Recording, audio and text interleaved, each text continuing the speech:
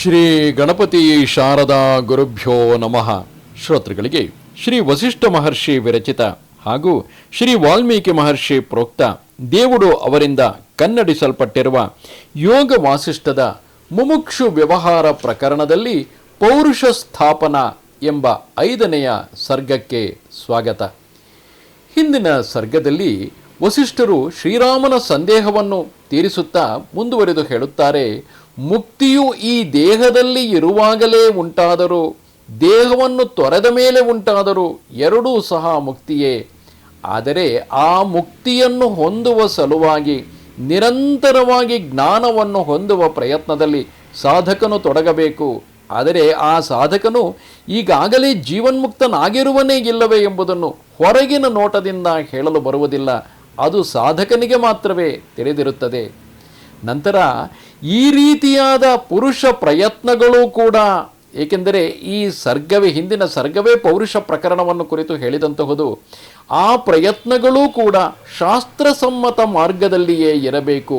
ಅದರಲ್ಲೂ ಒಂದು ಹಂತದಲ್ಲಿ, ಅಂದರೆ ಶಾಸ್ತ್ರಸಮ್ಮತ ಮಾರ್ಗದಲ್ಲಿ, ಶಾಸ್ತ್ರೀಯವಲ್ಲದ ಮಾರ್ಗದಲ್ಲಿ ಹೋದಾಗ ದಾರಿ ತಪ್ಪುವ ಸಾಧ್ಯತೆ ಇರುತ್ತದೆ. ಆದ್ದರಿಂದ ಆರಂಭದಲ್ಲಿ ಶಾಸ್ತ್ರಸಮ್ಮತ ಮಾರ್ಗದಲ್ಲಿಯೇ ಸಾಗಬೇಕು ಪ್ರತಿಯೊಬ್ಬ ಸಾಧಕನು. ತದನಂತರದಲ್ಲಿ ಒಂದು ಹಂತದಲ್ಲಿ ತನ್ನೊಳಗೆ ತೋರಿ ಬರುವ ಸಂಕಲ್ಪದ ಮಾರ್ಗವನ್ನು ಅನುಸರಿಸಿ ಇನ್ನೂ ಹೆಚ್ಚಿನ ಜ್ಞಾನವನ್ನು ಪಡೆಯಬಹುದು ಎಂದು ಹೇಳುತ್ತಾರೆ. ಮುಂದುವರಿದು ವಸಿಷ್ಠರು ಹೇಳುತ್ತಾರೆ, ಶಾಸ್ತ್ರವು ಹೇಳಿದಂತೆ ವ್ಯವಹಾರ ಮಾಡಿಕೊಂಡಿರಬೇಕು ಎನ್ನುವವರಿಗೆ ಬಣ್ಣಗಳು ಬದಲಾಗಲು ದೀಪದ ಬಣ್ಣವೇ ಕಾರಣವಾಗಿರುವಂತೆ ಸರ್ವ ಕರ್ಮಗಳನ್ನು ಸಾಧಿಸಿಕೊಡುವ ಪ್ರಥಮ ಸಾಧನವು ಪ್ರವೃತ್ತಿಯು, ಅಂದರೆ ಮನಸ್ಸಿರುವಿಕೆ. ಮನಸ್ಸಿದ್ದರೆ ಮಾತ್ರವೇ ಮುಂದುವರಿಯುವುದಕ್ಕೆ ಸಾಧ್ಯವಾಗುತ್ತದೆ. ಯಾವುದಾದರೊಂದು ಪ್ರಯೋಜನವನ್ನು ಮನಸ್ಸಿನಿಂದ ಬಯಸಿ ಅದನ್ನು ಶಾಸ್ತ್ರವಿಹಿತವಾದ ಕರ್ಮವನ್ನು ಮಾಡಿ ಸಾಧಿಸದೆ ಬಿಡುವುದು ಯಾವುದುಂಟೋ ಅದು ಹುಚ್ಚನ ಆಟವು. ಅದು ಕಾರ್ಯಸಾಧನೆಯ ಹಾದಿಯಲ್ಲಿ ಕೇವಲ ವ್ಯಾಮೋಹ ಕಾರಣವು. ಯಾವನು ಎಷ್ಟೆಷ್ಟು ಪ್ರಯತ್ನ ಮಾಡುವನೋ ಅಷ್ಟಷ್ಟು ಫಲವನ್ನು ಅನುಭವಿಸುವನು. ಹೀಗೆ ಇರುವುದೆಲ್ಲ ತನ್ನ ಕರ್ಮವೊಂದೇ, ಅದಕ್ಕಿಂತ ಬೇರೆಯಾಗಿ ದೈವವೆಂಬ ಇನ್ನೊಂದು ಇಲ್ಲ. ಅಂದರೆ ತನ್ನ ಪ್ರಯತ್ನವನ್ನು ತಾನು ಮಾಡದೆ, ತಾನು ಮಾಡಬೇಕಾದ ಕರ್ಮವನ್ನು ಮಾಡದೆ, ದೈವವು ಹೇಗೋ ನನಗೆ ಕೊಟ್ಟು ಬಿಡುತ್ತದೆ, ಇದಕ್ಕೆಲ್ಲ ನನಗೆ ದೊರೆಯದಿರುವುದಕ್ಕೆ ದೈವವೇ ಕಾರಣವೆಂದು ದೈವವನ್ನು ದೂಷಿಸುತ್ತಾ ಅಥವಾ ಎಲ್ಲವನ್ನೂ ದೈವದ ಮೇಲೆ ಹಾಕಿ ಕುಳಿತುಕೊಳ್ಳುವುದನ್ನು ಇಲ್ಲಿ ವಸಿಷ್ಠರು ಹೇಳುತ್ತಿಲ್ಲ. ವಸಿಷ್ಠರು ಹೇಳುತ್ತಿರುವುದು ಪುರುಷ ಪ್ರಯತ್ನ. ಅಂದರೆ ದೇಹಿಯಾದವನು ತನ್ನ ದೇಹದ ಮೂಲಕವೇ ತಾನು ಸಂಕಲ್ಪದಿಂದ, ಅಂದರೆ ಶಾಸ್ತ್ರೀಯವಾದ ಮಾರ್ಗದಲ್ಲಿಯೇ ಹೋದರೆ ಮಾತ್ರವೇ ಏನನ್ನಾದರೂ ಸಾಧಿಸಲು ಸಾಧ್ಯ. ಶಾಸ್ತ್ರೀಯ ಮಾರ್ಗವೆಂದರೆ ಹಿರಿಯರಾಗಲಿ ಗುರುಗಳಾಗಲಿ ಹೇಳಿಕೊಟ್ಟಂತಹ ಮಾರ್ಗವು ಯಾವುದಿರುವುದೋ ಆ ಮಾರ್ಗದಲ್ಲಿ ಸಾಗಿದರೆ ಮಾತ್ರವೇ ಯಾವುದನ್ನಾದರೂ ಸಾಧಿಸಿಕೊಳ್ಳಲು ಸಾಧ್ಯವಾಗುತ್ತದೆಯೇ ಹೊರತು ಹೇಗೋ ದೈವವು ಅದನ್ನು ತನಗೆ ಕೊಟ್ಟು ಬಿಡುತ್ತದೆ ಎಂದು ಸುಮ್ಮನೆ ಕೂತಾಗ ಏನೂ ಸಂಭವಿಸುವುದಿಲ್ಲ. ಪೌರುಷವು ಶಾಸ್ತ್ರಿತ, ಅಂದರೆ ಶಾಸ್ತ್ರಸಮ್ಮತವಾದುದು, ಉಚ್ಛಾಸ್ತ್ರ, ಅಂದರೆ ಶಾಸ್ತ್ರವನ್ನು ಬಿಟ್ಟುದು ಎಂದು ಎರಡು ವಿಧವು. ಇದರಲ್ಲಿ ಉಚ್ಛಾಸ್ತ್ರ ಪೌರುಷವು ಅನರ್ಥವು, ಶಾಸ್ತ್ರಿತವು ಅಂದರೆ ಶಾಸ್ತ್ರಸಮ್ಮತವಾದ ಪೌರುಷವು ಪರಮಾರ್ಥಕ್ಕೂ ಕಾರಣವಾಗುವುದು. ಹಾಗೆಯೇ ಪ್ರಾಕ್ತನ ಮತ್ತು ಐಹಿಕ ಎಂಬ ಎರಡು ಟಗರುಗಳಂತೆ ಸಮಾಸಮವಾಗಿ ಹೋರಾಡುತ್ತಿರುವವು. ಇದರಲ್ಲಿ ಅಲ್ಪ ವೀರ್ಯವಾದುದು, ಯಾವುದರ ವೀರ್ಯ ಕಡಿಮೆ ಇರುವುದೋ ಅದು ಸೋಲುವುದು. ಈ ಹಿಂದಿನ ಅಧ್ಯಾಯದಲ್ಲಿ, ಹಿಂದಿನ ಸರ್ಗದಲ್ಲಿಯೇ ಹೇಳಿದೆ. ಪ್ರಾಕ್ತನಾಗೆಂದರೆ ಹಿಂದೆ ಮಾಡಿದ ಕರ್ಮಗಳು, ಐಹಿಕ ಎಂದರೆ ಮುಂದೆ ಮುಂದೆ ಆಗಾಗ ಮಾಡುತ್ತಾ ಹೋಗುವ ಕರ್ಮಗಳು. ಈ ರೀತಿಯಲ್ಲಿ ಯಾವುದು ಅವೆರಡರಲ್ಲಿ ಅಲ್ಪವೀರ್ಯವಾದುದೋ ಅದು ಸೋತು ಯಾವುದು ಬಲವಾದುದೋ ಅದಕ್ಕೆ ಗೆಲುವು ದೊರೆಯುವುದು. ಅದರಿಂದ ಪುರುಷನು ನಿರಂತರ ಪ್ರಯತ್ನ ಮಾಡಬೇಕು. ಹಿಂದೆಯೂ ಕೂಡ ಉತ್ತಮ ಕಾರ್ಯಗಳನ್ನು ಮಾಡಿರಬಹುದು. ಮುಂದೆ ಮಾಡುವ ಕಾರ್ಯ ಅಷ್ಟು ಉತ್ತಮವಾಗಿಲ್ಲದಿದ್ದರೆ ಅದು ಪ್ರಯೋಜನಕ್ಕೆ ಬಾರದೆ ಹೋಗಬಹುದು. ಆದರೆ ಮುಂದೆ ಮಾಡುವ ಕಾರ್ಯಗಳು ಹಿಂದಿನ ಕಾರ್ಯಗಳಿಗಿಂತಲೂ ಬಲವಾಗಿದ್ದರೆ, ಪೌರುಷಯುಕ್ತವಾಗಿದ್ದರೆ ಆಗ ಅವು ಹೆಚ್ಚಿನ ಫಲವನ್ನು ನೀಡುವ ಸಾಧ್ಯತೆ ಇರುತ್ತದೆ. ಸರಿಯಾದ ಉಪಾಯವನ್ನು ಹೂಡಿ ಅದಕ್ಕೆ ತಕ್ಕ ವ್ಯವಹಾರವನ್ನು ಮಾಡಿ ಏನು ಮಾಡಿದರೆ ಐಹಿಕ ಪೌರುಷವೇ ಗೆಲ್ಲುವುದು, ಅಂದರೆ ಮುಂದೆ ಮುಂದೆ ಮಾಡುತ್ತಾ ಹೋಗುವ ಕರ್ಮಗಳೇ ಗೆಲ್ಲುವವೋ ಅದನ್ನೆಲ್ಲ ಮಾಡಬೇಕು. ನಮ್ಮದು ಇತರರದು ಎಂಬ ಎರಡು ಪ್ರಯತ್ನಗಳು, ಎಂಬ ಎರಡು ಟಗರುಗಳು ಸಮಾಸಮವಾಗಿ ಹೋರಾಡುತ್ತಿರುವವು. ಇವುಗಳಲ್ಲಿ ಬಲವಾದುದು ಗೆಲ್ಲುವುದು, ಅಂದರೆ ನಮ್ಮ ಪ್ರಯತ್ನ ಎಂಬುದೂ ಇರುತ್ತದೆ, ಇತರರ ಪ್ರಯತ್ನ ಎಂಬುದೂ ಇರುತ್ತದೆ. ಇವೆರಡರಲ್ಲಿ ಯಾವುದು ಬಲವಾದುದೋ ಅದಕ್ಕೆ ಜಯವು ದೊರೆಯುತ್ತದೆ. ಶಾಸ್ತ್ರಿತವಾದ, ಅಂದರೆ ಶಾಸ್ತ್ರಸಮ್ಮತವಾದ ಐಹಿಕ ಪೌರುಷದಿಂದಲೂ, ಅಂದರೆ ಶಾಸ್ತ್ರಸಮ್ಮತವಾಗಿಯೇ ಕಾರ್ಯ ಮಾಡುತ್ತಿರುವುದು ಹಾಗೂ ಮೇಲೆ ಮೇಲಕ್ಕೆ ಮುಂದೆ ಮುಂದಕ್ಕೆ ಇನ್ನೂ ಹೆಚ್ಚಿನ ಬಲವಾದ ಕಾರ್ಯಗಳನ್ನೇ ಮಾಡುತ್ತಿರುವುದು, ಇಷ್ಟೆಲ್ಲ ಮಾಡಿಯೂ ಶಾಸ್ತ್ರಿತವಾದ ಐಹಿಕ ಪೌರುಷದಿಂದಲೂ ಅನರ್ಥವೇ ಲಭಿಸಿದರೆ ಅನರ್ಥಕ್ಕೆ ಕಾರಣವಾದ ಪೂರ್ವ ಪೌರುಷವೇ ಹಿಂದೆ ಮಾಡಿದಂತಹ ಪ್ರಯತ್ನಗಳೇ ಬಲವಾಗಿದೆ. ಆದ್ದರಿಂದಲೇ ಮುಂದೆ ಮಾಡಿದ ಪ್ರಯತ್ನಗಳು ಯಾವುದೇ ಫಲವನ್ನು ನೀಡುತ್ತಿಲ್ಲ. ಶಾಸ್ತ್ರೀಯವಾಗಿಯೇ ಇದ್ದರೂ ಕೂಡ ಮುಂದೆ ಮಾಡಿದ ಪ್ರಯತ್ನಗಳು ಬಲವಾಗಿಲ್ಲ ಎಂದು ತಿಳಿಯಬೇಕೇ ಹೊರತು, ಪೂರ್ವದಲ್ಲಿ ಮಾಡಿದ ಪ್ರಯತ್ನದ ಬಲವಿದ್ದೆ ಎಂದು ತಿಳಿಯಬೇಕೇ ಹೊರತು, ದೈವವು ಕಾರಣ ಎಂದು ಆ ಸಂದರ್ಭದಲ್ಲಿ ಪ್ರಯತ್ನವನ್ನು ಕೈಬಿಡಬಾರದು. ಈ ಕಾರಣದಿಂದಾಗಿಯೇ ಪುರುಷ ಪ್ರಯತ್ನಕ್ಕೆ, ಅಂದರೆ ವ್ಯಕ್ತಿಯ ಪ್ರಯತ್ನಕ್ಕೆ, ಸಾಧನೆಗೆ ಇಲ್ಲಿ ಹೆಚ್ಚಿನ ಮಹತ್ವ ಕೊಡುತ್ತಿದ್ದಾರೆ. ಹೆಚ್ಚು ಪೌರುಷವನ್ನು ಮಾಡಿ ಅಶುಭಕಾರಿಯಾದ ಪ್ರಾಕ್ತನ ಪೌರುಷವನ್ನು ತನ್ನ ಹಲ್ಲು ಮುಡಿ ಕಚ್ಚಿ ಶುಭ ಪೌರುಷದಿಂದ ಗೆಲ್ಲಬೇಕು. ಹಿಂದೆ ನಾನು ಏನೇನೋ ಕೆಲಸಗಳನ್ನು ಮಾಡಿರಬಹುದು, ಏನೇನೋ ಕಾರ್ಯಗಳನ್ನು ಮಾಡಿರಬಹುದು, ಅವು ಶಾಸ್ತ್ರಿತವಾಗಿರಬಹುದು, ಶಾಸ್ತ್ರ ಮಾರ್ಗದಲ್ಲಿ ಇರಬಹುದು ಅಥವಾ ಅಲ್ಲದಿರಬಹುದು. ಶಾಸ್ತ್ರೀಯ ಮಾರ್ಗವನ್ನು ಶಾಸ್ತ್ರವನ್ನು ಬಿಟ್ಟು ಮಾಡಿರಬಹುದು. ಆದರೆ ಮುಂದೆ ಮಾಡುವ ಕರ್ಮಗಳು ಆ ಹಿಂದಿನ ಕರ್ಮಗಳ ಬಲವನ್ನು ಮೀರಿ ನಿಂತು ಆ ಹಿಂದಿನ ಕರ್ಮಗಳಿಂದ ಬಂದಿದ್ದಂತಹ ಯಾವುದೇ ಅಪುಣ್ಯ ಫಲವೇನೇ ಇದ್ದರೂ ಕೂಡ ಅದನ್ನು ಅಳಿಸಿ ಹಾಕುವಂತೆ ಮಾಡಿ ಮುಂದೆ ಮಾಡುವ ಪ್ರಯತ್ನಗಳಿಗೆ, ಅಂದರೆ ಹಿಂದೆ ಯಾವುದೋ ಕಾಲದಲ್ಲಿ ಏನೋ ಆಗಿ ಹೋಯಿತೆಂದು ಕೊರಗುತ್ತಾ ನನ್ನ ದೈವವೇ ಹೀಗೆ ಎಂದು ಕೂರುವುದರಲ್ಲಿ ಯಾವ ಅರ್ಥವೂ ಇಲ್ಲ. ಅದರ ಬದಲು ಮತ್ತಷ್ಟು ಶಾಸ್ತ್ರೀಯ ಮಾರ್ಗದಲ್ಲಿಯೇ ಮತ್ತಷ್ಟು ಉತ್ತಮ, ಇಲ್ಲಿ ಶಾಸ್ತ್ರೀಯವೆಂದರೆ ಯಾವುದೋ ಪುಸ್ತಕದಲ್ಲಿ ಬರೆದದ್ದು ಎಂದಲ್ಲ, ಗುರು ಹಿರಿಯರ ಮಾರ್ಗದರ್ಶನದಲ್ಲಿ ದೊರೆತದ್ದು. ಅಂತಹ ಮಾರ್ಗವನ್ನೇ ಹಿಡಿದು ನಿರಂತರ ಪ್ರಯತ್ನವನ್ನು ಮಾಡುತ್ತಿದ್ದರೆ ಹಿಂದಿನ ನಮ್ಮ ಪ್ರಯತ್ನಗಳು ಏನೇ ಇರಲಿ ಅಥವಾ ಹಿಂದೆ ನಾವು ಮಾಡಿದ ಕಾರ್ಯಗಳು ಏನೇ ಇರಲಿ, ಮುಂದೆ ಮಾಡುವ ಕಾರ್ಯಗಳಿಗೆ, ಅಂದರೆ ಭೂತವನ್ನು ಹಿಂದಕ್ಕೆ ಬಿಟ್ಟು ಮುಂದೆ ನಿರಂತರವಾಗಿ ಪ್ರಯತ್ನ ಮಾಡುತ್ತಾ, ಇಲ್ಲಿಯೂ ಭವಿಷ್ಯದಲ್ಲಿ ಎಲ್ಲೋ ಮಾಡುತ್ತೇನೆ ಎಂದಲ್ಲ, ವರ್ತಮಾನದಲ್ಲಿ ಆ ಕಾಲದಲ್ಲಿ ನಿರಂತರ ಪ್ರಯತ್ನಗಳನ್ನು ಮಾಡುತ್ತಾ ಯಶಸ್ಸಿನ ಮಾರ್ಗದತ್ತ ಸಾಗಬೇಕು. ಒಂದು ವೇಳೆ ಯಶಸ್ಸು ಸಿಗದಿದ್ದರೆ ಈಗಲೂ ಹಿಂದೆ ಮಾಡಿದ ಕಾರ್ಯಗಳು ಬಲವಾಗಿವೆ, ಚಿಂತೆ ಇಲ್ಲ, ಮತ್ತಷ್ಟು ಪ್ರಯತ್ನವನ್ನು ಹಾಕಿ ಮತ್ತೆ ಪ್ರಯತ್ನ ಮಾಡುತ್ತೇನೆ ಎಂದು ನಿರಂತರವಾಗಿ ಮರಳಿ ಪ್ರಯತ್ನ ಮಾಡುತ್ತಾ ಸಾಗಬೇಕು. ಪ್ರಾಕ್ತನ ಪೌರುಷವು ನನ್ನನ್ನು ಹೀಗೆ ಪ್ರೇರಿಸುತ್ತಿದೆ ಎಂಬ ಬುದ್ಧಿಯನ್ನು ಬಲವಂತವಾಗಿ ಮೆಟ್ಟಬೇಕು. ಹಿಂದೆ ಯಾವಾಗಲೂ ಮಾಡಿದ್ದೆ, ಅದರಿಂದಾಗಿಯೇ ಈ ರೀತಿಯಾಗುತ್ತಿದೆ ಎಂದು ನಿರಂತರವಾಗಿ ನನ್ನ ಮನಸ್ಸಿನಲ್ಲಿ ಬರುತ್ತಿರುವ ಭಾವನೆಗಳನ್ನು ಮೆಟ್ಟಿ ಮುಂದೆ ಮಾಡುವ ಕಾರ್ಯಗಳ ಕಡೆಗೆ ಗಮನ ಹರಿಸಬೇಕು. ಅದು ಪರೋಕ್ಷವು. ಪ್ರತ್ಯಕ್ಷವಾದ ಐಹಿಕ ಪುರುಷಕ್ಕಿಂತ ಅದು ಅಧಿಕವಲ್ಲ. ಯಾವ ಪ್ರಾಕ್ತನ, ಅಂದರೆ ಹಿಂದೆ ಮಾಡಿದ ಕರ್ಮಗಳ ಬಲವಿದೆಯೋ, ಹಿಂದೆ ಮಾಡಿದ ಕರ್ಮಗಳ ಫಲವಿದೆಯೋ ಅದು ಪರೋಕ್ಷವಾದುದು. ಅದು ನೇರವಾಗಿ ಈಗ ನಾವು ಮಾಡುತ್ತಿರುವ ಕರ್ಮಗಳೊಂದಿಗೆ ಹೋರಾಡುವುದು ಸಾಧ್ಯವಿಲ್ಲ. ಅದು ಈಗಾಗಲೇ ಬಲಹೀನವಾಗುತ್ತಾ ಸಾಗಿದೆ. ಈ ಭಾವದಲ್ಲಿದ್ದುಕೊಂಡು ಒಟ್ಟಿನಲ್ಲಿ ನಿರಂತರ ಪ್ರಯತ್ನ ಮಾಡುತ್ತಿರಬೇಕು ಎಂದು ವಸಿಷ್ಠರು ಹೇಳುತ್ತಿದ್ದಾರೆ. ಏಕೆಂದರೆ ಸಾಧಕನಾದವನು ನಿರಂತರ ಪ್ರಯತ್ನದಲ್ಲಿ ತೊಡಗದೆ ಹೋದರೆ ಒಂದು ಹಂತದಲ್ಲಿ ನನ್ನ ಕೈಲಾಗುವುದಿಲ್ಲ ಎಂದು ಕೈಚೆಲ್ಲಿ ಬಿಟ್ಟರೆ ಆಗ ತನ್ನ ಸಾಧನೆ ಮುಂದುವರಿಯುವುದಿಲ್ಲ. ಅಶುಭಕಾರಿಯಾದ ಪ್ರಾಕ್ತನ ಪೌರುಷವು ತಾನಾಗಿ ಸೋತು ಹೋಗುವವರೆಗೆ ಆಗಾಗ ಪ್ರಯತ್ನವನ್ನು ದೃಢವಾಗಿ ಮಾಡುತ್ತಲೇ ಇರಬೇಕು. ಹಿಂದೆ ಮಾಡಿದ ಕರ್ಮಗಳ ಫಲ ನಮ್ಮನ್ನು ನಿರಂತರವಾಗಿ ಕಾಡುತ್ತಿರಬಹುದು, ಆದರೆ ನಿರಂತರ ಪ್ರಯತ್ನದಿಂದ ಅದನ್ನು ಸೋಲಿಸುತ್ತಾ ಐಹಿಕ, ಅಂದರೆ ಮುಂದೆ ಮಾಡುವ ಕಾರ್ಯಗಳು ಆ ಹಿಂದೆ ಮಾಡಿದ ಕರ್ಮಗಳನ್ನು ಸೋಲಿಸುತ್ತಾ ಸಾಗಬೇಕು. ಪ್ರಾಕ್ತನ ದೋಷಗಳೆಲ್ಲವೂ ಇಂದಿನ ಸತ್ಕರ್ಮಗಳೆಂಬ ಗುಣದಿಂದ ನಿಜವಾಗಿಯೂ ನಾಶವಾಗುವವು. ಯಾವ ಪ್ರಾಕ್ತನ ದೋಷಗಳಿದ್ದರೂ ಮುಂದೆ ಮಾಡುವ ಸತ್ಕರ್ಮಗಳೆಂಬ ಗುಣಗಳಿಂದ ಅವು ನಾಶವಾಗುವವು. ನಿನ್ನೆಯ ದಿನದ ದುರಾಹಾರಾದಿ ಜನ್ಯ, ಅಂದರೆ ಯಾವುದೋ ಕೆಟ್ಟ ಆಹಾರವನ್ನು ತಿಂದಿರುವುದು, ಯಾವುದೋ ದುಷ್ಕರ್ಮವನ್ನು ಮಾಡಿರುವುದು, ಇಂತಹವು ಜೀವನದಲ್ಲಿ ನಡೆದು ಹೋಗಿರುತ್ತದೆ.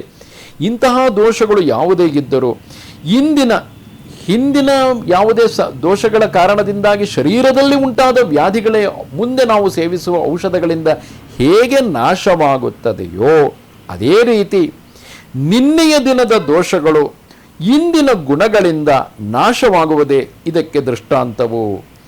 ಅಸತ್ ಎಂದರೆ ಇಲ್ಲದಿರುವ ದೈವವನ್ನು ನಿತ್ಯ ಪ್ರಯತ್ನಶೀಲವಾದ ಬುದ್ಧಿಯಿಂದ, ನಿತ್ಯವೂ ಪ್ರಯತ್ನಶೀಲವಾಗಿರುವ ಬುದ್ಧಿಯಿಂದ ಇಲ್ಲದಿರುವ ದೈವವನ್ನು ತಿರಸ್ಕರಿಸಿ ಶ್ರೇಯಸ್ಸಾಗಲೆಂದು ಸಂಸಾರವನ್ನು ದಾಟುವ ಸಾಮರ್ಥ್ಯವನ್ನು ತನ್ನಲ್ಲಿ ಕಲ್ಪಿಸಿಕೊಳ್ಳಲು ಯತ್ನಿಸಬೇಕು. ಉದ್ಯೋಗ ಮಾಡದೇ ಗೆದ್ದು ಪುರುಷಗಾರ್ಧವವಾಗಬಾರದು. ಯಾವ ಕೆಲಸವನ್ನು ಮಾಡದೆ ಗಂಡು ಕತ್ತೆಯಂತೆ ಸುಮ್ಮನೆ ಒಂದೆಡೆ ಸೋಮಾರಿಯಂತೆ ಕೂರಬಾರದು. ಉದ್ಯೋಗ ಮಾಡಿದರೂ, ಕಾರ್ಯನಿರತನಾದರೂ ಶಾಸ್ತ್ರಸಮ್ಮತವಾದ ಉದ್ಯೋಗ ಮಾಡಬೇಕು. ಹಾಗೆ ಮಾಡಿದರೆ ಇಹಪರಗಳೆರಡೂ ದೊರೆಯುವವು.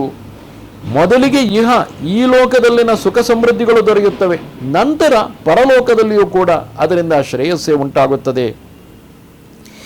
ಸಿಂಹವು ಶತ್ರುಗಳು ಒಡ್ಡಿದ ಪಂಜರದಿಂದ ತನ್ನ ಸಾಮರ್ಥ್ಯದಿಂದ ತಪ್ಪಿಸಿಕೊಳ್ಳುವಂತೆ, ಶತ್ರುಗಳು ಎಷ್ಟೇ ಬಲವಾದ ಪಂಜರವನ್ನು ಒಡ್ಡಿದರೂ ಸಿಂಹವು ತನ್ನ ಸ್ವಸಾಮರ್ಥ್ಯದಿಂದ ಅದರಿಂದ ತಪ್ಪಿಸಿಕೊಳ್ಳುವಂತೆ ಪ್ರತಿಯೊಬ್ಬನು ಸ್ವಪ್ರಯತ್ನದಿಂದ ಸಂಸಾರವೆಂಬ ಈ ಗುಹೆಯಿಂದ ಹೊರಗೆ ಬರಬೇಕು.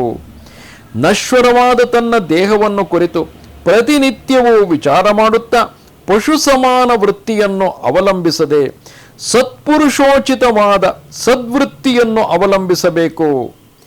ಹುಣ್ಣಿನಲ್ಲಿರುವ ಹುಳವು ಹೇಗೋ ಹಾಗೆ ಮನೆಯಲ್ಲಿರುವ ರಮ್ಯಳಾದ ಕಾಂತೆ, ಸುಖವಾದ ಅನ್ನಪಾನಗಳು ಇವುಗಳಲ್ಲಿ ಮಗ್ನನಾಗಿ ಆಯಸ್ಸನ್ನೆಲ್ಲ ಸುಟ್ಟು ಬೂದಿ ಮಾಡಬಾರದು.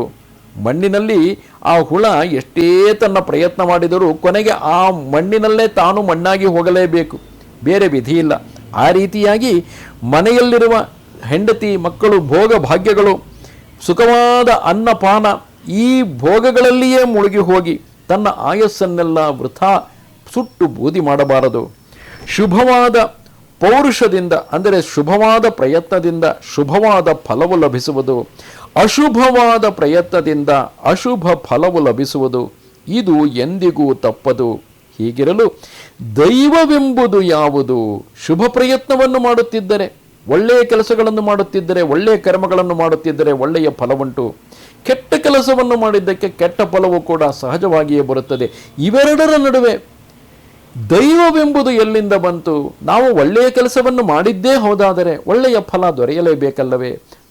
ಒಂದು ವೇಳೆ ನಮಗೆ ಒಳ್ಳೆಯ ಕರ್ಮವನ್ನು ಮಾಡಿಯೂ ಒಳ್ಳೆಯ ಫಲ ದೊರೆಯದೇ ಇದ್ದರೆ ನಾವು ಹಿಂದೆ ಮಾಡಿದ ಯಾವುದೋ ಕೆಟ್ಟ ಕರ್ಮದ ಫಲ ಇದೆಂದು ಭಾವಿಸಬೇಕೆ? ಆ ಕೆಟ್ಟ ಕರ್ಮದ ದೋಷವು ಇನ್ನೂ ಬಲವಾಗಿದೆ ಎಂದು ತಿಳಿದುಕೊಳ್ಳಬೇಕೇ ಹೊರತು ನಮ್ಮ ಪ್ರಯತ್ನವನ್ನೇ ನಾವು ಕೈಬಿಡಬಾರದು. ಉದಾಹರಣೆಗೆ, ಯಾವುದೋ ಒಂದು ರೋಗವಿರುತ್ತದೆ, ವೈದ್ಯ ತನಗೆ ತಿಳಿದ ಎಲ್ಲ ಔಷಧಿಗಳನ್ನು ಮಾಡುತ್ತಿರುತ್ತಾನೆ, ಆದರೂ ಕೂಡ ಆ ರೋಗ ಗುಣವಾಗುವುದಿಲ್ಲ. ಕಾರಣವೇನು? ರೋಗ ಬಲವಾಗಿದೆ. ರೋಗ ಪ್ರಾಕ್ತನ ಹಿಂದೆಯೇ ಬಂದದ್ದು, ಆ ರೋಗವೇ ಬಲವಾಗಿದೆ. ಮುಂದೆ ಮಾಡುತ್ತಿರುವ ಈಗಿನ ಪ್ರಯತ್ನ ಔಷಧಿ ಅಷ್ಟು ಬಲವಾಗಿಲ್ಲ, ಆ ರೋಗವನ್ನು ಹಿಮ್ಮೆಟ್ಟಿಸುವಲ್ಲಿ ತಾನು ಯಶಸ್ವಿ ಆಗುತ್ತಿಲ್ಲ. ಆದರೆ ಅದನ್ನು ನಿರಂತರ ಪ್ರಯತ್ನದಿಂದ ನಿರಂತರವಾಗಿ ಔಷಧಿಯನ್ನು, ಒಳ್ಳೆಯ ಗುಣ ಎನ್ನುವ ಔಷಧಿಯನ್ನು, ಸತ್ಕರ್ಮ ಎನ್ನುವ ಕಾರ್ಯವನ್ನು ಮಾಡುತ್ತಾ ಆ ರೋಗವನ್ನು ಔಷಧಿಯ ಮೂಲಕ ಗುಣಪಡಿಸಿಕೊಳ್ಳುವ ಪ್ರಯತ್ನದಲ್ಲಿ ತೊಡಗಬೇಕೇ ಹೊರತು ಕೈ ಚೆಲ್ಲಿದರೆ ಏನಾಗುತ್ತದೆ? ಆಗ ರೋಗವೇ ಉಲ್ಬಣಿಸಿ ದೇಹವನ್ನೇ ಬಲಿ ಪಡೆಯುತ್ತದೆ.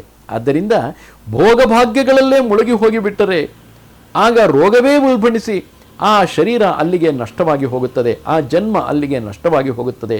ಅದರಿಂದ ತಪ್ಪಿಸಿಕೊಳ್ಳಬೇಕೆಂದರೆ ನಿರಂತರ ಸತ್ಕರ್ಮದಲ್ಲಿ ಶಾಸ್ತ್ರಸಮ್ಮತವಾದಂತಹ, ಅಂದರೆ ಗುರು ಹಿರಿಯರು ನೀಡಿದ ಮಾರ್ಗದರ್ಶನಕ್ಕೆ ಅನುಗುಣವಾಗಿ ಸತ್ಕರ್ಮಗಳಲ್ಲಿ ತೊಡಗಿ, ಸರಿಯಾದ ಕಾರ್ಯಗಳಲ್ಲಿ ತೊಡಗಿ, ಆ ಮೂಲಕ ನಾವು ಹಿಂದೆ ಮಾಡಿದ ಪ್ರಾಕ್ತನ ಕರ್ಮಗಳ ದೋಷಗಳನ್ನು ನಿವಾರಿಸಿಕೊಂಡು ಯೋಗ್ಯವಾದ ಫಲವನ್ನು ಪಡೆಯುವತ್ತ ಸಾಗಬೇಕು. ಹೀಗೆ ಉತ್ಸಾಹ ತುಂಬುತ್ತಿದ್ದಾರೆ. ಹೀಗೆ ಪ್ರತ್ಯಕ್ಷ ಫಲದಾಯಕವಾಗಿರುವ ಪೌರುಷವನ್ನು ಅವಲಂಬಿಸದೆ, ಮಾಡಿದ ಪ್ರಯತ್ನಕ್ಕೆ ಕಾರ್ಯಕ್ಕೆ ತಕ್ಕಂತಹ ಫಲ ದೊರೆಯುವುದು ಎಂಬುದನ್ನು ಅವಲಂಬಿಸದೆ, ಅನುಮಾನದಿಂದ ಊಹಿಸಬೇಕಾದ ಕರ್ಮವೆಂಬುದು ಪ್ರತ್ಯಕ್ಷವಾಗಿ ಕಾಣುವಂತಹುದು, ಮಾಡಿದ ಕರ್ಮಕ್ಕೆ ಇಂತಹುದು ಫಲ ಎಂಬುದು ಕಾಣುತ್ತಿರುತ್ತದೆ. ಆ ಸಂದರ್ಭದಲ್ಲಿ ಕಣ್ಣಿಗೆ ಕಾಣದ ಕೇವಲ ನಮ್ಮ ಊಹೆಯಲ್ಲಿರುವ ಅನುಮಾನದಿಂದ ಊಹಿಸಬೇಕಾಗಿರುವಂತಹ ದೈವವನ್ನು ನಂಬಿ, ದೈವ ಬರಹ, ಹಣೆಯ ಬರಹ, ಜ್ಯೋತಿಷ್ಯದಲ್ಲಿ ಫಲದಲ್ಲಿ ಹೇಳಿದ ಅದರಿಂದಲೇ ನನ್ನ ಜನ್ಮದಿಂದಲೇ ಇದು ನನಗೆ ಅಂಟಿಕೊಂಡು ಬಂದಿದೆ, ಈ ರೀತಿಯಾಗಿ ನಂಬಿದವನು ತನ್ನ ತೋಳುಗಳನ್ನು ನೋಡಿಕೊಂಡು ಇವು ಸರ್ಪಗಳೆಂದು ಹೆದರಿ ಓಡುವವನಿಗೆ ಸಮವು. ಯಾವ ತೋಳಿನಿಂದ ಆತ ತನ್ನ ಪ್ರಯತ್ನವನ್ನು ಮಾಡಬೇಕಾಗಿತ್ತು ಅವು ಸರ್ಪಗಳೆಂದು ಹೆದರಿ ಬಿಟ್ಟರೆ ಯಾವ ಪ್ರಯತ್ನ ಮಾಡಲು ಸಾಧ್ಯ?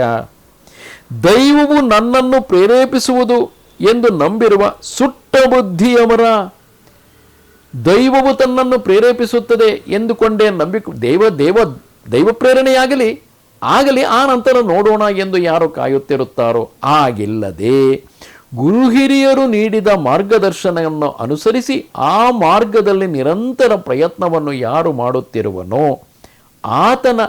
ಆತನಿಗೆ ಸಿಗುವ ಶ್ರೇಷ್ಠ ಫಲದ ಕುರಿತಾಗಿ ವಸಿಷ್ಠರು ಇಲ್ಲಿ ಹೇಳುತ್ತಿದ್ದಾರೆಯೇ ಹೊರತು ದೈವ ಪ್ರೇರಣೆಯಾಗುತ್ತದೆ, ಅದು ಆದಾಗ ನೋಡೋಣ, ಅದೃಷ್ಟವೇ ಶ್ರೇಷ್ಠ ಎಂಬ ಸಿದ್ಧಾಂತವುಳ್ಳವರ ಮುಖವನ್ನು ನೋಡಿ ದೈವ ಪ್ರೇರಣೆಯಾಗುತ್ತದೆ, ಅದೃಷ್ಟ ಬಲ ಸಿಗುತ್ತದೆ, ಯಾವುದೋ ಒಂದು ಅನಿರೀಕ್ಷಿತವಾಗಿ ನನಗೆ ಆ ಭಾಗ್ಯ ಒದಗಿ ಬರುತ್ತದೆ ಎಂದೇ ಕಾದು ಕೂತಿರುವವನ ಮುಖವನ್ನು ನೋಡಿ ಲಕ್ಷ್ಮಿಯೂ ಹಿಂತಿರುಗುವಳು, ಐಶ್ವರ್ಯವೂ ಹಿಂತಿರುಗಿ ಹೋಗುತ್ತದೆ. ಅದರಿಂದ ಪುರುಷನು ಪ್ರಯತ್ನಪೂರ್ವಕವಾಗಿ ಮೊದಲು ವಿವೇಕವನ್ನು ಆಶ್ರಯಿಸಬೇಕು.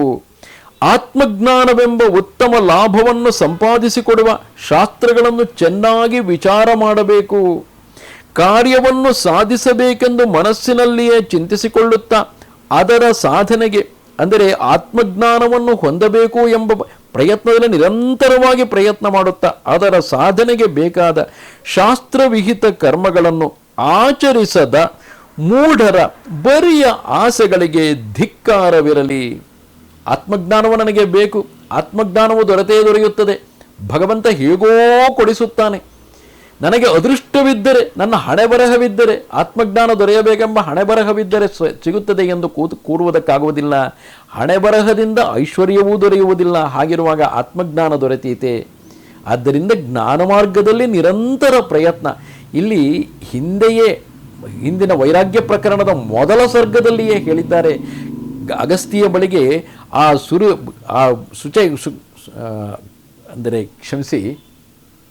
ವೈರಾಗ್ಯ ಪ್ರಕರಣದ ಮೊದಲ ಸರ್ಗದಲ್ಲಿಯೇ ಸುತೀಕ್ಷ್ಣನೆಂಬ ಆ ಬ್ರಹ್ಮಜ್ಞಾನ ಅಪೇಕ್ಷೆಯು ಅಗಸ್ತ್ಯರ ಬಳಿಗೆ ಬಂದು ತಾನು ಮೊದಲ ಸರ್ಗದಲ್ಲಿ ಅಲ್ಲಿ ಕೇಳುವಾಗಲೇ ಮೋಕ್ಷಕ್ಕೆ ಯಾವುದು ಫಲ, ಜ್ಞಾನವೋ ಕರ್ಮವೋ, ಯಾವ ಮಾರ್ಗ ಎಂದು ಹೇಳಿದಾಗಲೇ ಅಗಸ್ತ್ಯರು ಆರಂಭಿಸಿದ್ದರು. ಎರಡೂ ಬೇಕು. ಹಕ್ಕಿ ಹಾರುವಾಗ ಹೇಗೆ ಎರಡೂ ರೆಕ್ಕೆಗಳು ಬೇಕು, ರಥವು ಓಡುವಾಗ ಎರಡು ಚಕ್ರಗಳು ಬೇಕು, ಹಾಗೆ ಕರ್ಮವೂ ಇರಬೇಕು. ಪುರುಷ ಪ್ರಯತ್ನವೂ ಮುಖ್ಯ, ಕರ್ಮವೂ ಇರಬೇಕು. ಅದರಿಂದಲೇ ಜ್ಞಾನವು ದೊರೆಯುತ್ತದೆ. ಆದರೆ ಕೇವಲ ಕರ್ಮವನ್ನು ಮಾತ್ರ ಮಾಡುತ್ತಾ ಜ್ಞಾನವನ್ನು ಮರೆಯಬಾರದು. ಜ್ಞಾನವು ದೊರೆಯಬೇಕಾದರೆ ಶಾಸ್ತ್ರಸಮ್ಮತವಾದ ಮಾರ್ಗದಲ್ಲಿ ಸತ್ಕರ್ಮಗಳನ್ನು, ಗುರು ಹಿರಿಯರು ಸೂಚಿಸಿದಂತಹ ಕರ್ಮಗಳನ್ನೇ ನಿರಂತರ ಮಾಡುತ್ತಿದ್ದರೆ ಮಾತ್ರ ಆ ಜ್ಞಾನವು ದೊರೆಯುತ್ತದೆ. ಆದ್ದರಿಂದ ಪುರುಷನು ಪ್ರಯತ್ನಪೂರ್ವಕವಾಗಿ ಮೊದಲು ವಿವೇಕವನ್ನು ಆಶ್ರಯಿಸಬೇಕು. ಆತ್ಮಜ್ಞಾನವೆಂಬ ಉತ್ತಮ ಲಾಭವನ್ನು ಸಂಪಾದಿಸಿಕೊಡುವ ಶಾಸ್ತ್ರಗಳನ್ನು ಚೆನ್ನಾಗಿ ವಿಚಾರ ಮಾಡಬೇಕು.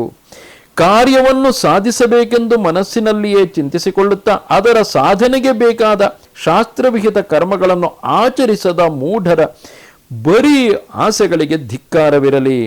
ಪೌರುಷವಾಗಲಿ ಪ್ರಯತ್ನವಾಗಲಿ ಅನಂತವಾಗಿ ಮಾಡುತ್ತಲೇ ಇರಬೇಕು ಎಂಬುದು ಏನೂ ಇಲ್ಲ.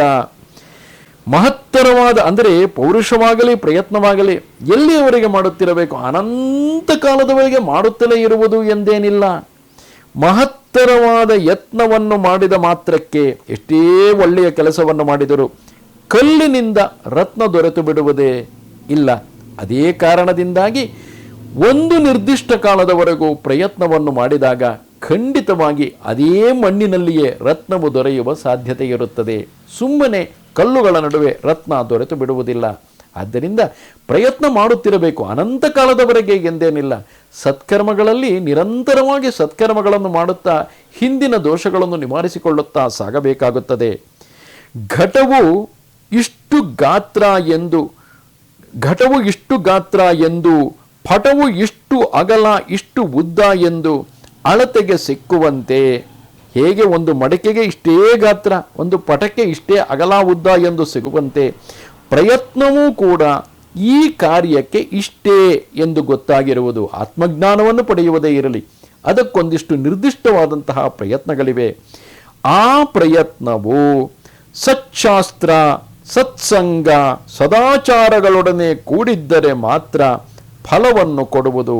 ಹಾಗಿಲ್ಲದಿದ್ದರೆ ಪ್ರಯತ್ನವು ಸಿದ್ಧಿಸುವುದಿಲ್ಲ. ಇದೇ ನಿಯತಿಯು. ನಿಯತಿ ಎಂದೊಡನೆ ದೈವಕ್ಕೆ ಅದನ್ನು ಜೋಡಿಸಿಕೊಂಡು ನನ್ನ ನಿಯತಿಯಲ್ಲಿ ಇದ್ದಂತಾಗುತ್ತದೆ ಎಂದು ಸುಮ್ಮನೆ ಕುಳಿತರೆ ಬರುವುದಿಲ್ಲ. ಸತತವಾಗಿ ಗುರು ಹಿರಿಯರು ಮಾರ್ಗದರ್ಶನ ಮಾಡಿದ ಮಾರ್ಗದಲ್ಲಿ ಸಾಗಬೇಕು. ಅದಕ್ಕಾಗಿ ಸಚ್ಶಾಸ್ತ್ರ, ಸತ್ಸಂಗ, ಸದಾಚಾರಗಳೊಡನೆ ಕೂಡಿದ್ದರೆ ಮಾತ್ರ ಫಲ ದೊರೆಯುವುದು. ಪೌರುಷದ ಸ್ವರೂಪವುಗಿದು. ಇದನ್ನು ತಿಳಿದು ನಡೆಯತಕ್ಕ ಮನುಷ್ಯನು ಯಾವನೋ ಯಾವಾಗಲೂ ಪ್ರಯತ್ನಕ್ಕೆ, ಅಂದರೆ ಆ ವ್ಯಕ್ತಿ ಯಾರೇ ಆಗಿರಲಿ, ಯಾವಾಗಲೂ ಕೂಡ ಪ್ರಯತ್ನಕ್ಕೆ ತಕ್ಕ ಫಲವನ್ನು ಪಡೆಯದೇ ಹೋಗುವುದಿಲ್ಲ. ಪುರುಷ ಶ್ರೇಷ್ಠರಾದವರು ದೈನ್ಯ, ದಾರಿದ್ರ್ಯ, ದುಃಖಗಳಿಗೆ ಗುರಿಯಾಗಿದ್ದರೂ ಕೂಡ ಕಾರಣಾಂತರದಿಂದ ಆಗಾಮಿ ದೋಷಗಳಿರುತ್ತವೆ. ಏನೋ ಕಾರಣದಿಂದಾಗಿ ಉಂಟಾದರೂ ಕೂಡ ಹಿಂದೆ ನಾವು ಮಾಡಿದ ಪ್ರಾಕ್ತನ ಕರ್ಮಗಳಿರುತ್ತವೆ. ದೈನ್ಯ, ದಾರಿದ್ರ್ಯ, ದುಃಖಗಳಿಗೆ ಗುರಿಯಾಗಿದ್ದರೂ ಕೂಡ ತಮ್ಮ ಸ್ವಂತ ಪ್ರಯತ್ನದಿಂದ ದೇವೇಂದ್ರನಿಗೆ ಸಮನಾಗುವರು. ಬಾಲ್ಯದಿಂದಲೂ ಅಭ್ಯಾಸವಾಗಿರುವ ಶಾಸ್ತ್ರ, ಸತ್ಸಂಗ ಎಂಬ ಗುಣಗಳಿಂದ ಕೂಡಿರುವ ಪುರುಷ ಪ್ರಯತ್ನವು ತನ್ನ ಇಷ್ಟಾರ್ಥ ಸಿದ್ಧಿಯನ್ನು ಸಂಪಾದಿಸಿಕೊಡುವುದು ಎಂಬುದು ಪ್ರತ್ಯಕ್ಷವಾಗಿ ಕಂಡಿರುವುದರಿಂದ, ಅನುಭವಿಸಿದವರು ಹೇಳಿರುವುದರಿಂದ, ಒಳ್ಳೆಯ ಗುಣಗಳಿಂದ ಕೂಡಿರುವಂತಹ ಪುರುಷ ಪ್ರಯತ್ನವು ಇಷ್ಟಾರ್ಥ ಸಿದ್ಧಿಯನ್ನು ಸಂಪಾದಿಸಿಕೊಡುವುದು ಎಂಬುದು ನಾವು ಕೂಡ ಪ್ರತ್ಯಕ್ಷವಾಗಿ ಎಷ್ಟೋ ಬಾರಿ ಕಂಡಿರುವುದರಿಂದ, ಅಥವಾ ಅದನ್ನು ಕಂಡಿರುವವರು ಹೇಳಿರುವುದರಿಂದ, ಶಾಸ್ತ್ರಗಳಲ್ಲಿಯೂ ಅದು ಶ್ರುತವಾಗಿರುವುದರಿಂದ, ಮಾಡಿ ನೋಡಬಹುದಾದುದರಿಂದ, ಅಂದರೆ ಇಂತಹ ಕಾರ್ಯವನ್ನು ಮಾಡಿದರೆ ಇಂತಹ ಫಲ ದೊರೆಯುತ್ತದೆ ಎಂದು ಶಾಸ್ತ್ರದಲ್ಲಿ ಹೇಳಿರುವಂತೆ ಮಾಡಿ ನೋಡಬಹುದಾಗಿಯೂ ಇರುವುದರಿಂದ, ಯಾರು ದೈವವೇ ಫಲವನ್ನು ಕೊಡುವುದು ಎಂದು ತಿಳಿದಿರುವರೋ ಆ ಕುಬುದ್ಧಿಗಳು ಹಾಳಾಗುವರು. ಅಂದರೆ ಇಲ್ಲಿ ದೈವನಿಂದನೆಯಾಗುತ್ತಿದೆ ಎಂದು ಭಾವಿಸುವುದು ಬೇಡ. ದೈವವು ಫಲವನ್ನು ಕೊಡುತ್ತದೆ ಎಂದು ಆ ಕಾರಣದಿಂದಾಗಿ ತನ್ನ ಪ್ರಯತ್ನವನ್ನೇ ಕೈಬಿಟ್ಟು ಸುಮ್ಮನೆ ಸೋಮಾರಿಯಾಗಿ ಕುಳಿತು ಒಂದು ಕಡೆ ಕುಳಿತು ತಾನೇ ಫಲ ದೊರೆಯುತ್ತದೆ ಎಂದು ಹೇಳುವಾಗ ಆ ಫಲ ದೊರೆಯದೇ ಇದ್ದರೆ ಏನಾಗುತ್ತದೆ? ದೈವ ದೂಷಣೆ ಆರಂಭವಾಗುತ್ತದೆ, ದೈವ ನಿಂದೆ ಆರಂಭವಾಗುತ್ತದೆ. ಆ ದೈವ ನಿಂದೆಯಿಂದ ಮನುಷ್ಯ ಇನ್ನಷ್ಟು ಅಧೋಗತಿಗೆ ಹೋಗುತ್ತಾನೆಯೇ ಹೊರತು ಅದರಿಂದ ಸುಗತಿ, ಒಳ್ಳೆಯ ಗತಿ ಉಂಟಾಗುವುದಿಲ್ಲ. ಈ ಕಾರಣದಿಂದಾಗಿ ವಸಿಷ್ಠರು ನಿರಂತರವಾಗಿ ಹೇಳುತ್ತಿದ್ದಾರೆ. ಅವರೇನೋ ದೈವವನ್ನು ನಿಂದಿಸುತ್ತಿದ್ದಾರೆ ಎಂದು ಅರ್ಥವಲ್ಲ. ತನ್ನ ಪ್ರಯತ್ನವನ್ನು ತಾನು ಮಾಡದೆ ದೈವವೇ ಎಲ್ಲವನ್ನು ನಡೆಸಬೇಕು, ದೈವವು ನಡೆಸಿಕೊಳ್ಳುತ್ತದೆ ಎಂದು ಸುಮ್ಮನೆ ಕೂರುವುದಲ್ಲ.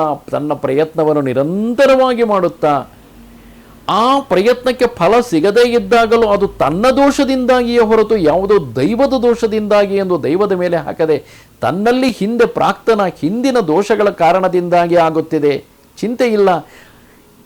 ರೋಗಕ್ಕೆ ರೋಗ ವಾಸಿಯಾಗುತ್ತಿಲ್ಲವೆಂದರೆ ಈಗ ಹಾಕಿದ ಔಷಧಿ ಪರಿಣಾಮ ಬೀರಿಲ್ಲ, ಇದಕ್ಕಿಂತಲೂ ಬಲವಾದ ಪ್ರಯತ್ನವನ್ನು ಮಾಡಬೇಕು. ಕೇವಲ ಔಷಧಿ ಒಂದೇ ಅಲ್ಲ, ಔಷಧಿಯ ಜೊತೆಗೆ ಪಥ್ಯವು, ನಾವು ತಿನ್ನುತ್ತಿರುವ ಆಹಾರವು, ದೇಹಕ್ಕೆ ಕೊಡುತ್ತಿರುವಂತಹ ಯೋಗ್ಯ ವ್ಯಾಯಾಮಗಳು, ಇವೆಲ್ಲವನ್ನು ಜೊತೆ ಸೇರಿಸಿಕೊಂಡು ಎಲ್ಲ ರೀತಿಯ ಪ್ರಯತ್ನಗಳನ್ನು ಮಾಡಿದಾಗ ಆ ರೋಗವನ್ನು ಹೇಗೆ ನಾವು ಗೆಲ್ಲಲು ಸಾಧ್ಯವಾಗುತ್ತದೆಯೋ ಹಾಗೆಯೇ ಆತ್ಮಜ್ಞಾನವನ್ನು ಪಡೆಯಬೇಕು ಎಂದುಕೊಂಡರೂ ಸಹ ನಿರಂತರವಾಗಿ ಶಾಸ್ತ್ರದಲ್ಲಿ ಹೇಳಿರುವಂತಹ ಗುರು ಹಿರಿಯರು ನೀಡಿರುವ ಮಾರ್ಗದರ್ಶನದ ರೂಪದಲ್ಲಿ ಸತ್ಶಾಸ್ತ್ರ, ಸತ್ಸಂಗ, ಸದಾಚಾರಗಳೊಡನೆ ಕೂಡಿದ್ದರೆ ಆಗಲೂ ಕೂಡ ಅನಂತ ಕಾಲದವರೆಗೆ ಎಂದೇನಿಲ್ಲ, ಒಂದಿಷ್ಟು ನಿಯಮಿತ ಕಾಲದಲ್ಲಿ ಅದನ್ನು ಪಡೆಯಲು ಸಾಧ್ಯವಾಗುತ್ತದೆ. ಏಕೆಂದರೆ ಇದು ಯಾರೂ ಈವರೆಗೆ ಜಗತ್ತಿನಲ್ಲಿ ಪಡೆದೇ ಇಲ್ಲ ಎಂಬುದೇನೂ ಇಲ್ಲ.